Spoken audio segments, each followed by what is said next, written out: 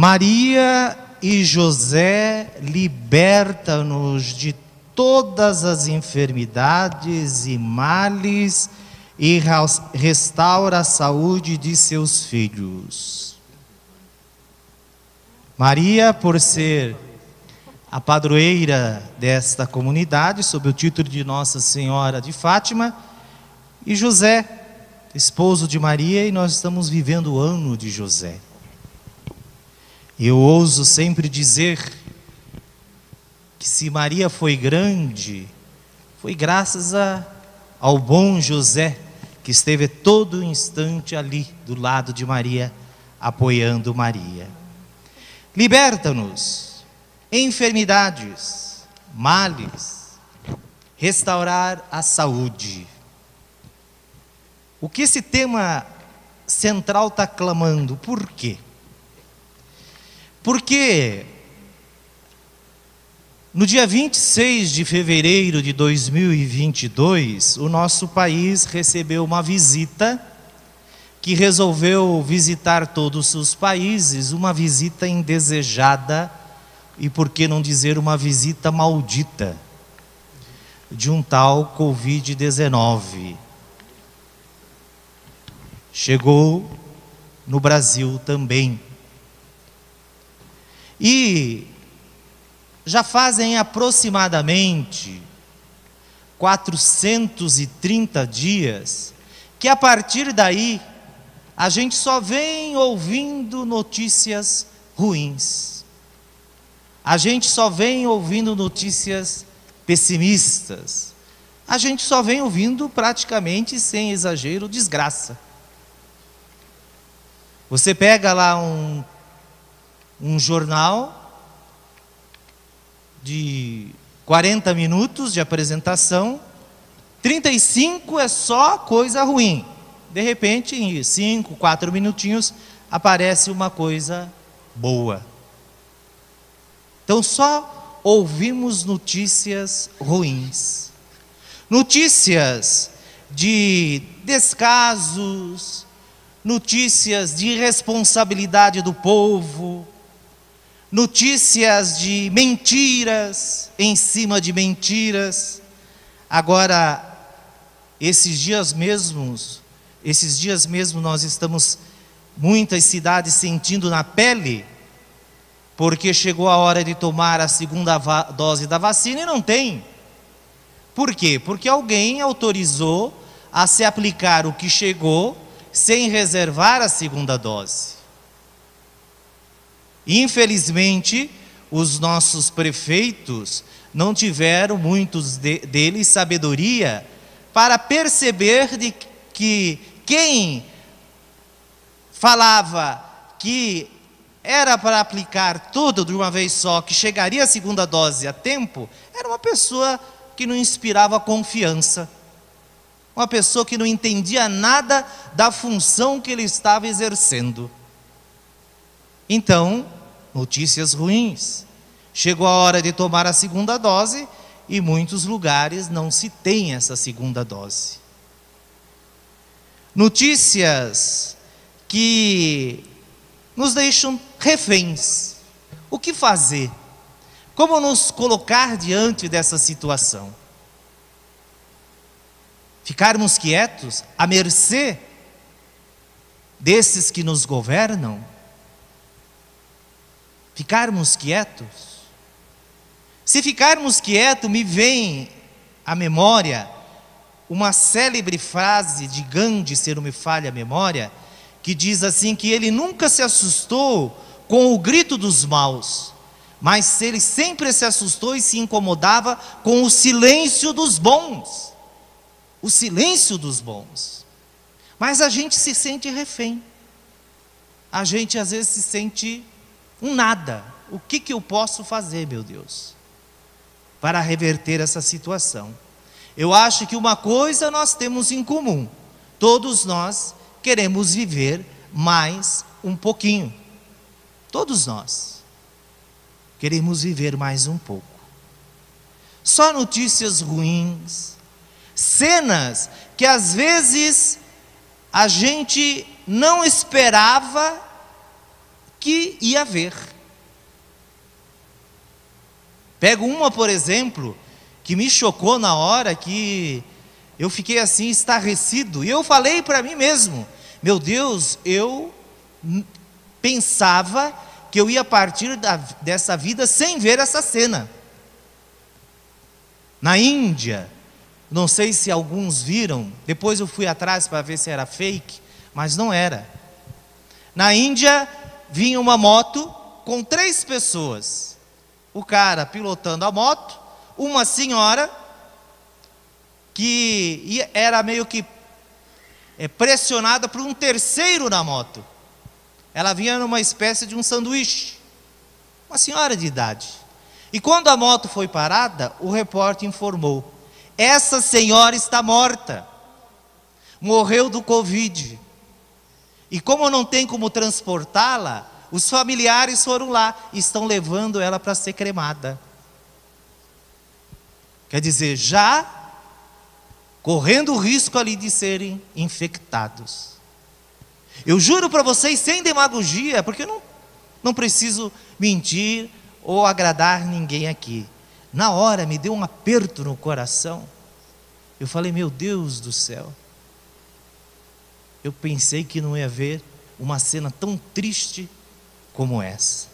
Então, nós ultimamente estamos assim, recebendo só notícias ruins. Aí, o que nós fazemos? Talvez nós partimos para a filosofia do avestruz. Lá na paróquia onde estou, Santo Antônio, está acontecendo muito isso. Está aparecendo muitos avestruz lá na nossa paróquia. Qual é essa filosofia? Aquelas pessoas que chegam e falam: Frei, eu não vejo mais noticiário. Não vejo mais noticiário. Mas será que é por aí? Ah, Frei, é só desgraça, é só coisa ruim, não assisto mais. Mas será que esta é a solução? Agir como um avestruz, colocar a cabeça no buraco e deixe a vida passar? Se nós partirmos para essa, olha, nós vamos ficar um bom tempo com a cabeça enfiada debaixo da terra, porque parece que a coisa ainda vai se prolongar por um bom tempo. Notícias, então, que nos desmotivam, notícias que tiram o nosso ânimo, mas notícias que não devem nos derrotar. Derrotar jamais. Podemos sentir uma certa angústia, podemos sentir um medo, podemos sentir uma incerteza, mas a exemplo do que Paulo fala em uma das suas cartas: derrotados jamais, esmagados, quem sabe, mas derrotados não. Derrotados não. Agora, eu não sei se vocês perceberam, eu tenho insistido isso, por mais que o número de fiéis, por medidas de segurança, reduziram das nossas igrejas, nós recebemos, somos bombardeados com essas notícias ruins, mas quando nós chegamos na igreja, a gente tem notícias boas, notícias que nos enchem de esperança. Domingo eu insistia na celebração, aonde Jesus se apresentava como verdadeira videira. E nós temos que aproveitar dessas notícias boas que nós ouvimos vindo da palavra de Deus, para a gente não cair, para a gente se reanimar, se refazer e continuarmos a nossa caminhada. Durante uma semana nós ficamos ouvindo só notícias boas. Notícias boas quando ele disse que ele é o bom pastor, Jesus é o bom pastor, ele nos conhece, ele sabe o que passa com a gente, ele conhece o nome de cada um de nós, ele deu a vida por nós e, se preciso for, ele dá novamente a vida por nós. Ele cuida, ele zela dessas ovelhas. Durante as celebrações semanais, se eu não me engano, no evangelho de terça-feira passada, dizia Jesus que Deus quer vida eterna para todos. Deus quer salvação para todos. O desejo de Deus é que um dia nós nos juntemos a Ele, todos. E no Evangelho também durante a semana, Jesus falava: não se perturbe o vosso coração.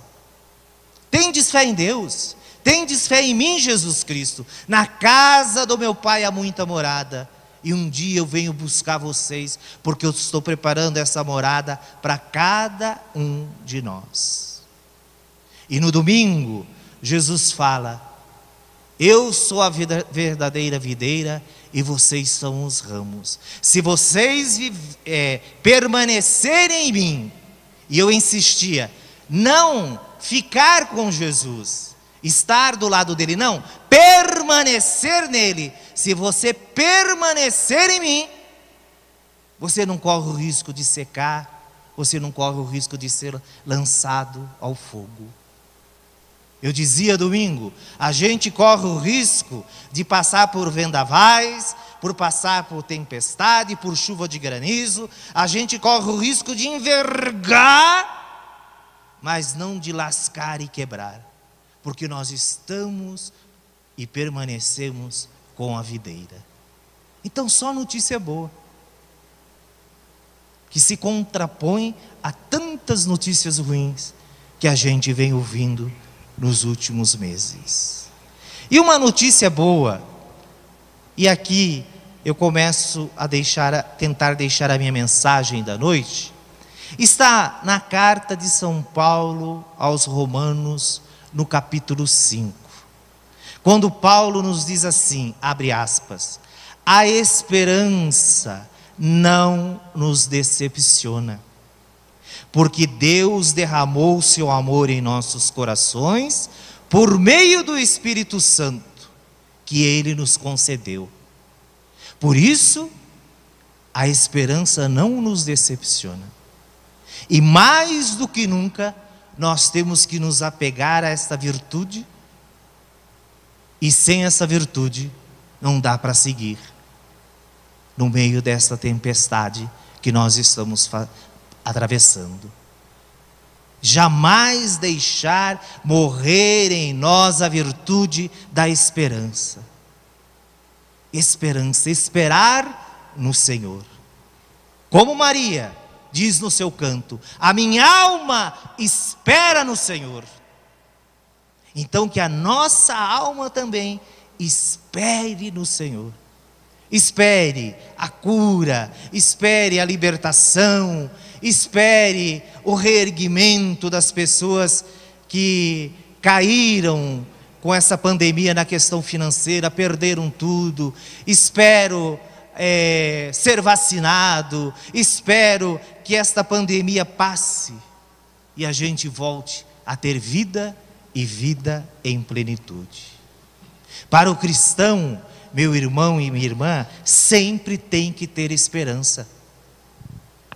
Se eu me digo cristão, se eu ouso dizer que eu sou cristão, eu devo sempre ter esperança, conservar a esperança, mesmo às vezes a gente sendo tentado a chegar à conclusão que não há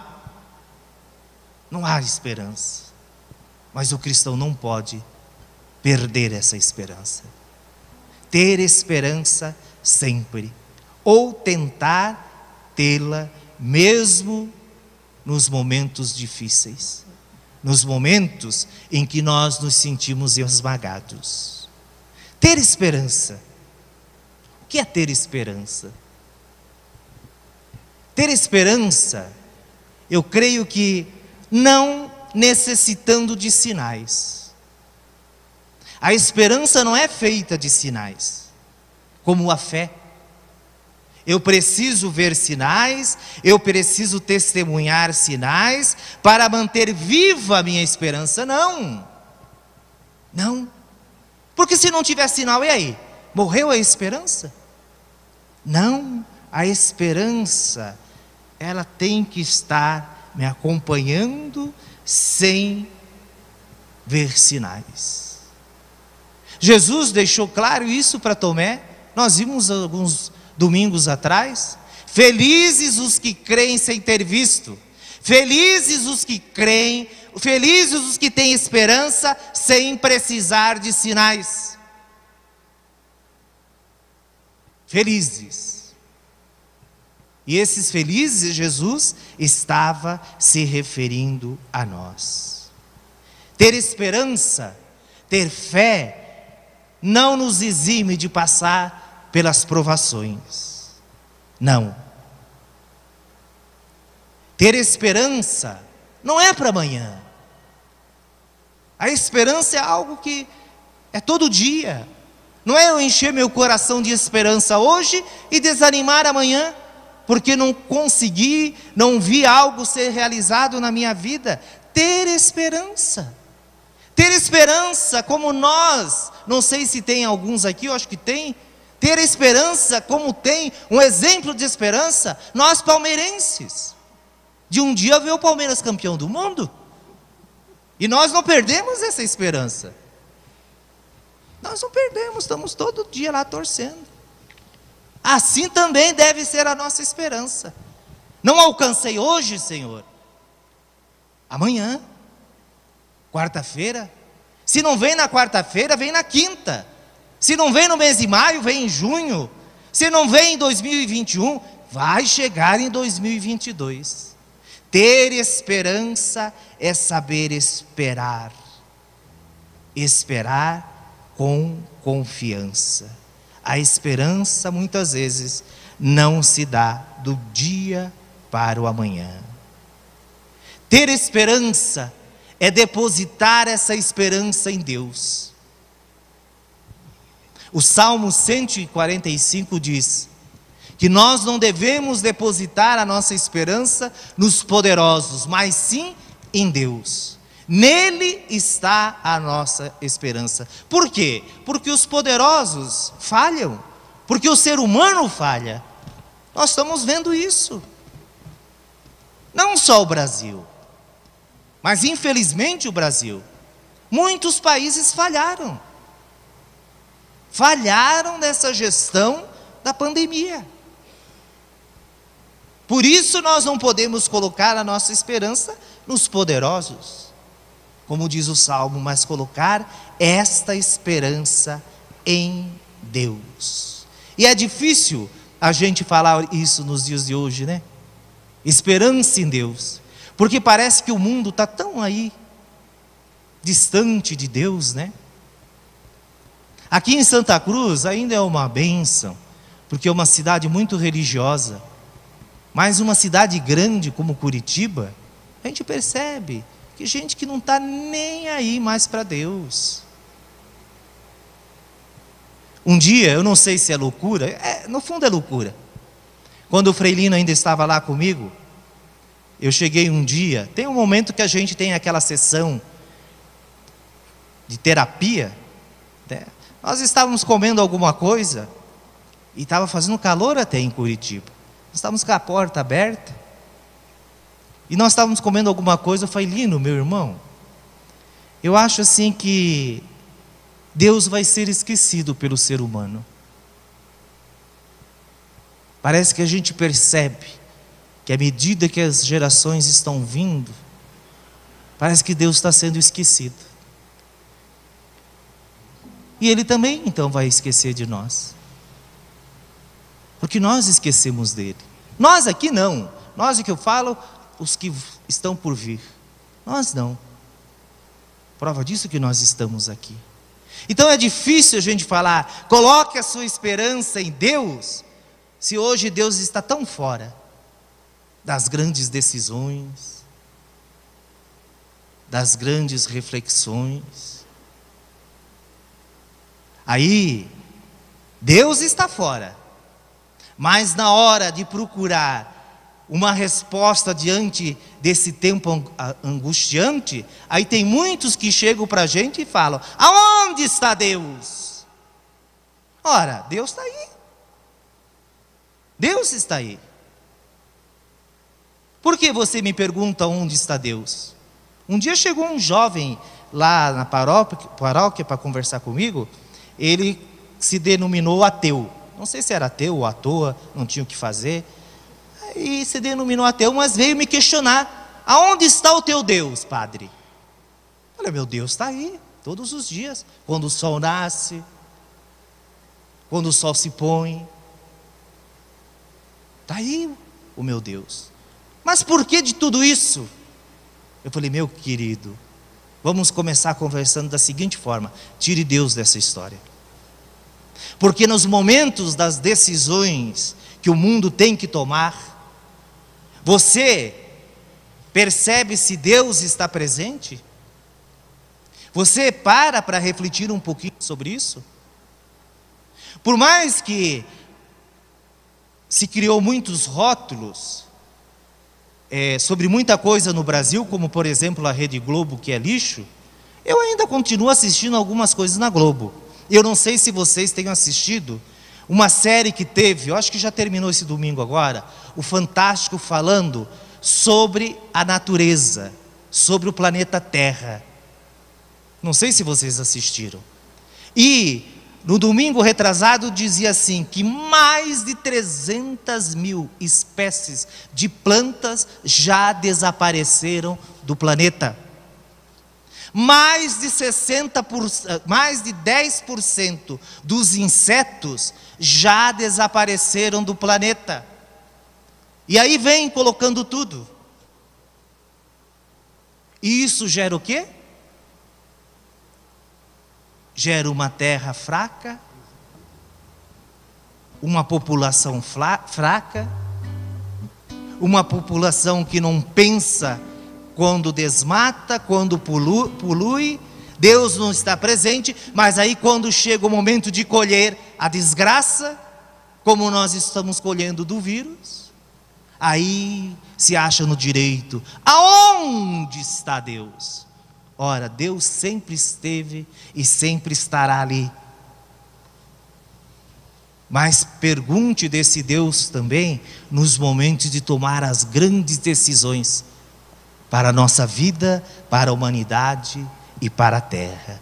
Então é difícil hoje a gente falar de esperança em Deus diante de uma humanidade que parece que se afasta cada vez mais de Deus. Muitos acham que falar, que depositar a esperança em Deus é um pretexto piedoso da nossa parte. Às vezes somos criticados. Mas eu creio, meu irmão e minha irmã, que a nossa esperança está em Deus, somente nele. E em nós, de fazermos a nossa parte, arregaçarmos as nossas mangas e fazermos a nossa parte. A exemplo de Maria, a exemplo de José. Passaram por momentos tão difíceis, momentos que tinha tudo para fazer com que Maria e José perdessem a esperança. Mas pelo contrário, Maria diz: a minha alma espera no Senhor. Por isso, nesse tempo em que nós estamos pedindo libertação das enfermidades, dos males, restauração da saúde, que nós, filhos e filhas de Deus, não percamos jamais a nossa esperança. Que a gente cultive cada dia mais esta esperança. E que todos os dias a gente possa rezar esse versículo, essas palavras de Maria: Senhor, a minha alma espera em Ti. Espera em Ti, e eu confio que dias melhores virão. E que nós, como muitos que nos antecederam, superaram, passaram por momentos difíceis, diga para você mesmo, eu também vou passar. Que Maria e José interceda por nós, e que a grande virtude da esperança encha o nosso coração de alegria e renove esse coração todos os dias ao raiar do sol. Por Cristo nosso Senhor.